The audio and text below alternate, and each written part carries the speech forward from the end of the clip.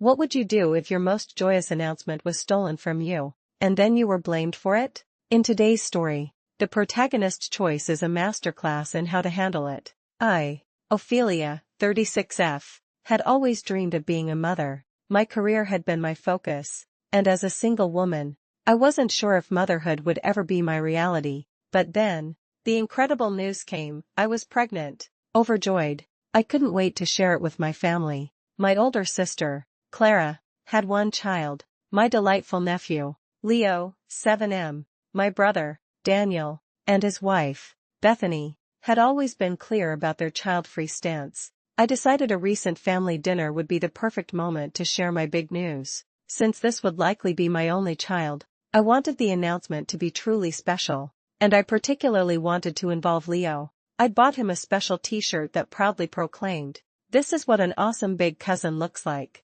Before dinner, I slipped away with Leo, sharing a private, heartwarming moment as I told him he was going to be a cousin. He was absolutely thrilled and immediately put on the shirt, covering it with his sweater. I told him he could reveal it whenever he felt ready during dinner. Mid-dinner, Leo, brimming with excitement, took off his sweater and waited for someone to notice. My sister, Clara, was the first, excitedly screaming when she saw the shirt. Immediately, everyone assumed it was Bethany, Daniel's wife, who was pregnant. I wasn't hurt by their assumption. I'd half expected it given Bethany was married. What truly stung was Bethany's reaction. She didn't correct them. Instead, she simply went along with it, rubbing her flat stomach and laughing. The disappointment must have been clear on my face, because my mother, Eleanor, sharply told me to stop being rude and to congratulate Bethany. I tried to explain, to tell them that I was the one who had given Leo the shirt,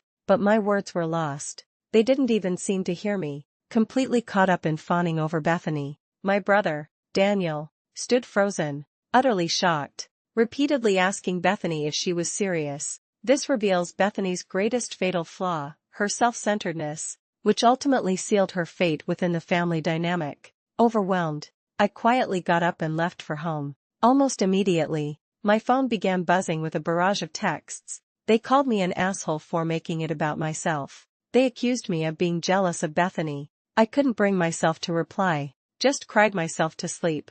The next morning, the truth must have finally slipped out. Bethany admitted she wasn't pregnant. My phone started ringing again, this time with apologies. They all claimed they just got caught up in the moment. But then came the familiar sting of blame. They told me I shouldn't have left dinner and that it was my fault for not being clear enough about my own pregnancy. My mother, Eleanor, even offered a redo dinner, where they would all act surprised. Bethany sent me a message, her words twisting the knife further. She said the way I chose to announce my pregnancy was exactly how she had always envisioned doing it if she ever got pregnant. Since she wasn't having children, she just wanted to experience what the moment would be like. She, too, suggested I could have my chance at the redo dinner. I told them all, unequivocally, no, there would be no redo dinner. And that's when the accusations started again. Every single one of them called me selfish and an asshole because I wouldn't let them make it right. But for me, there was no fixing this.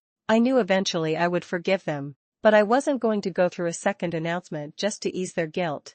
As one commenter aptly put it, she didn't just take away your announcement, she also briefly gave your brother a heart attack thinking he was going to be a father, when he clearly doesn't want to be. I feel a little bad for your brother because of that. Another commenter echoed my feelings. "NTA, your family really sucks for this. You have every right to be upset. They totally hijacked your moment. This is something that belongs on a bad sitcom, not your real-life family table." The core lesson here is that authentic apologies and genuine reconciliation require acknowledging the hurt caused, not demanding a performance to soothe one's own conscience. What would you have done in Ophelia's situation?